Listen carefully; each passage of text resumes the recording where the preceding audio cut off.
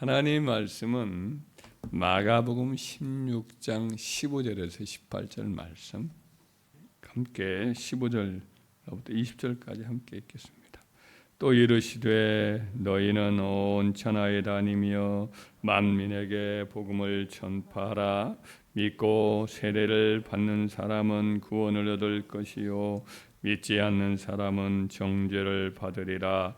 믿는 자들에게는 이런 표적이 따르리니 곧 그들이 네 이름으로 귀신을 쫓아내며 새 방언을 말하며 뱀을 집어 올리며 무슨 독을 마실지라도 해를 받지 아니하며 병든 사람에게 손 얹으면 나으리라 하시더라.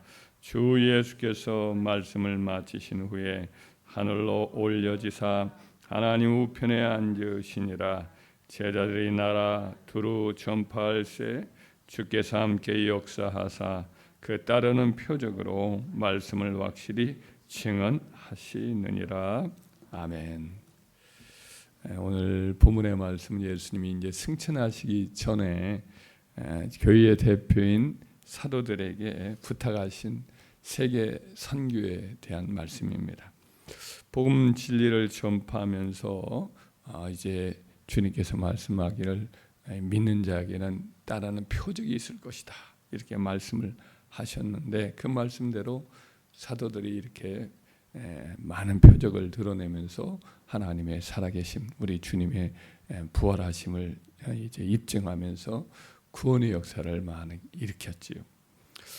사도 바울이 그의 첫 이방 지역 선교차 들렀던 구브로 지역에서 이제 복음을 증거하기 시작했는데, 거기 보면 로마의 총독 서기오 바울이라는 사람이 나옵니다. 근데 그의 이제 우편에 있는 이제 그 정책 참모들로 옛날에는 흔히 있었던 그 이제 마술하는 마술사가 있었습니다.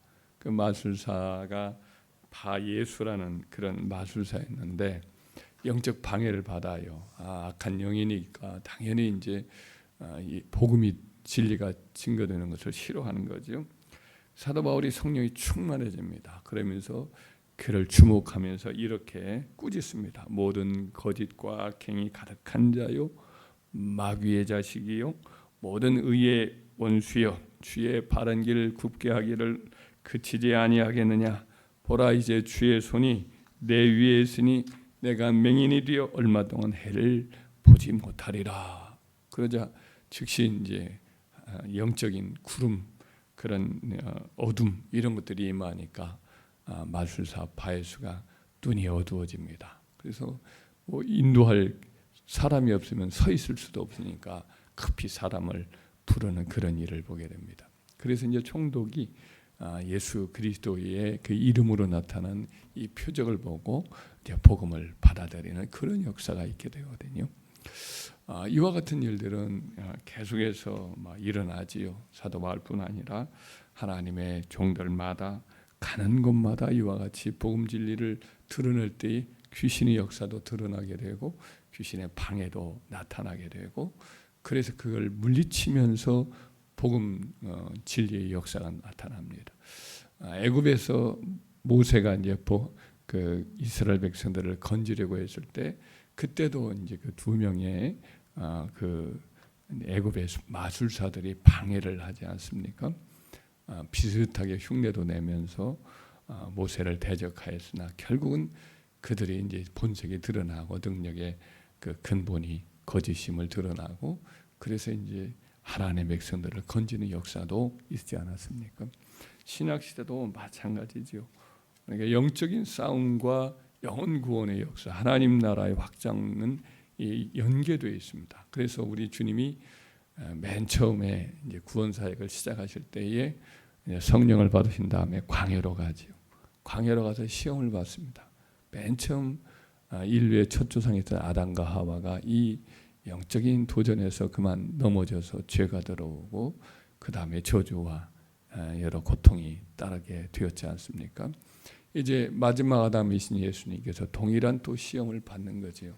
그래서 이 마귀와의 싸움에서 광야에서 40일 동안 금식을 하신 후에 그 다음에 그를 물리치고 승리하신 다음에는 이제 공적 사역을 나가셨을 때에 바로 이제 복음을 전함과 동시에 귀신들도 도전을 해오지요. 그래서 예수님이 계속해서 귀신을 꾸짖어 물리치고 그 지역에 있는 귀신의 어떤 세력을 압박을 하면서 꺾으면서 영혼 구원의 역사가 일어납니다.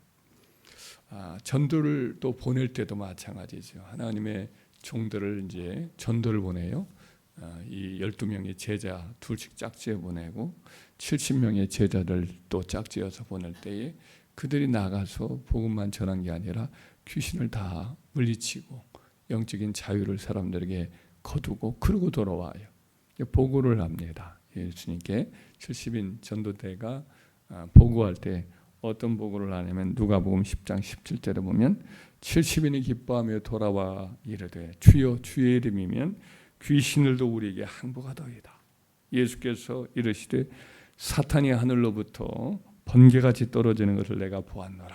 내가 너에게 뱀과 전갈을 밟으며 원수의 모든 능력을 제거할 권능을 주었으니 너희를 해칠 자가 결코 없으리라.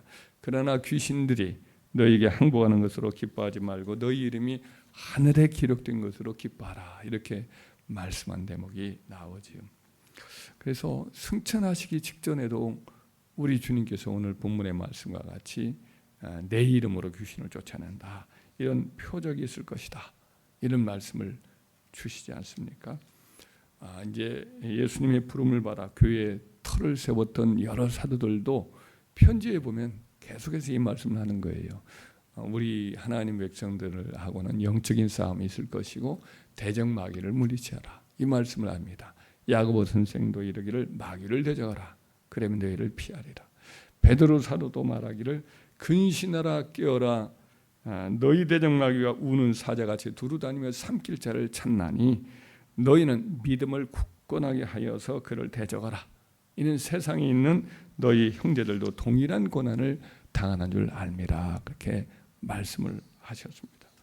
그래서 사도 바울도 또 편지에서 에베소 교회 성도들에게 편지를 쓰다가 맨 마지막에 이 말씀을 또 언급을 해요. 끝으로 형제들아 너희가 주 안에서와 그 힘의 능력으로 강건해지고 마귀의 간계를 등이 대적하기 위하여 하나님의 전신갑주를 취하라. 우리의 씨름은 혈과 육에 관한 것이 아니요 혈과 육을 상대하는 것이 아니요 통치자들과 권세들과 이 어둠의 세상 주관자들과 하늘에 있는 악한 영들을 상대함이라. 그러므로 너희는 하나님의 전신갑주를 취하라. 이는 악한 날에 너희가 등이 대적하고 모든 일을 행하는 후에 서기 위함이라. 그러니까 하나님의 백성들, 성도들 모두에게 쓴 편지인데 그 편지를 보면 결국 우리의 진정한 또 싸움의 한 국면이 뭐냐면 악한 영들을 상대해서 이 악한 영들을 물리치는 것이라고 말씀을 하고 있습니다. 우리 주님께서 이 땅에 계실 때에도 마귀는 예수님도 시험하고 예수님의 특별히 불을넣어서 사도로 세웠던 제자들도 밀가부로 드리고 이렇게 시험하지 않았습니까? 그러니 지금도 마귀는 우리를 하나님의 백성들을 괴롭히고 영혼들을 도적질하고 또 믿지 않는 사람들 가운데 마귀가 더 강력하게 와서 그 영혼을 꽉 붙들고 주님의 복음을 받아들이지 못하게 만들고 사람들을 믿지 않는 그와 같은 어떤 영역으로 계속 끌어가거든요. 마귀는 지금도 여러 사람들 가운데 예를 들면 재물에 대한 어떤 욕심, 이를 얻기 위해서 인간의 마음속에 어떤 욕망과 거짓과 이런 것들을 사람들에게 부어줍니다. 그리고 꼼짝없이 그 어떤 것에 사로잡혀서 하나님을 믿기보다는 재물을 더 하나님처럼 섬기게 그렇게 만들기도 하지요. 혹은 여러 중독들 뭐 알코올 중독이라든지 혹은 여러 또 도박 중독이라든지 마약 중독도 마찬가지라고도 할 수가 있습니다. 이런 것들에 사로잡혀서 꼼짝 못하게 만듭니다. 혹은 누군가에 대한 미움, 적개심 이런 것들로 사람을 꼼짝 못하게 사로잡아 버리거든요. 그렇게 살아요. 그렇게 살면서 자기도 모르게 이게 귀신이 들렸는가는 전혀 인식하지 못하게 지내는 경우도 많이 있습니다. 그러나 성령의 사람과 이제 조우가 됩니다. 전도하게 되고 또 교제하게 되고 그러는 가운데 이 본색이 드러난 경우도 많이 있습니다. 예수님께 가까이 가면 그 병에 시달렸던 사람의 속에 있었던 귀신이 정체를 드러나지 않습니까? 귀신 들려서 어렸을 때부터 물과 물에 다녔던 그 소년도 예수님 오시니까 바로 막 죽는 듯이 땅바닥에 엎드려서 간질하면서 쓰러지지 않습니까? 그래서 하나님을 믿는 성령의 사람과 가까이 있을 때 그 본색이 드러나면서 막 그 더 악화되고 증세가 더 심해지게 되고 이렇게 하는 경우도 허다히 많습니다. 그래서 우리는 어떻게 해야 되느냐? 우리 주님께서 가르친 말씀이 마가복음 9장 29절 말씀이죠. 기도 외에 다른 것으로는 이런 종로가 나갈 수 없느니라. 그러니까 하나님의 종들도 기도를 많이 안 했을 때에 귀신 들렸던 그 소년을 못 고치고 말았거든요. 근데 기도를 많이 하시고 산 위에서 금식을 하시고 그리고 이제 변화산에서 큰 은혜를 입고 오셨던 예수님인 말씀 한마디로 바로 그 소년을 고쳤거든요. 귀신이 바로 그 소년을 쓰러뜨린 다음에 떠나갔단 말이죠. 그래서 오늘날도 동일하게 귀신은 실제하고 일하고 사람들을 확실하게 어떤 사람들이 알지 못하는 사이에도 그 사람을 점령하고 생활을 무너뜨리기도 하고 그렇게 하거든요. 병을 들게도 하기도 하고 혹은 어떤 것에 중독에 사로잡히기도 하고 허망한 욕심과 어떤 유혹에 굴복되게 만들기도 합니다. 지금도 하나님의 백성들을 복음 전도할 때 가로막는 그와 같은 악한 진들도 딱 쳐서 그 지역 일대에 복음 전하는 것이 여간 어렵고 한 가문에 복음을 들어가기가 여간 어렵게 만들기도 합니다. 그래서 이와 같은 상황 속에서 복음을 전하고 가족 구원을 이루고 한 지역 복음화를 이루는 모든 일들도 영적 싸움이라고도 볼 수가 있습니다. 이것이 같이 일어납니다. 그래서 이와 같은 열매를 많이 맺기 위해서는 어떻게 해야 되느냐? 올해는 주님이 말씀하신 대로 성령 충만하여서 가는 곳마다 주님의 이름으로 귀신을 쫓아내는 저와 여러분들이 되어야 할 줄 믿습니다. 분명히 영적 싸움이 있다. 분명히 어떤 상황에 꽉 매여 있는 사람들은 그 이면에 악한 영의 역사도 반드시 있는데 이건 어떻게 다른 방법으로 안 됩니다. 성령으로 무장해서 그와 같은 악한 영들을 묶어서 물리치는 그와 같은 사명을 감당해야 그래야 이제 그 영혼을 건지고 하나님 역사가 나타나서 그 사람들이 주께로 돌아오는 구원의 역사가 일어납니다. 우리나라에도 분열의 역사가 있습니다. 많은 사람들이 이념 때문에 계속 서로 죽여왔습니다. 죽이고 미워하고 이 나라에도 그런 아픔들이 있는 거예요. 그 6.25 전에 일제 때도 그랬고 또 6.25가 일어나기 전에도 그랬고 일어난 후에도 마찬가지고 지금까지도 이념적인 어떤 것 때문에 서로를 미워하고 죽이고 갈등하고 있거든요. 이것들도 어떤 귀신의 역사와도 이어질 수가 있는 것입니다. 원한, 미움, 갈등. 그래서 이 나라의 진정한 자유와 화합과 구원의 역사가 어떻게 이루어지느냐. 영적 싸움에서 하나님 백성들이 기도를 많이 함으로 악한 영들을 물리침으로 화합과 하나됨의 역사도 있는 줄 믿습니다.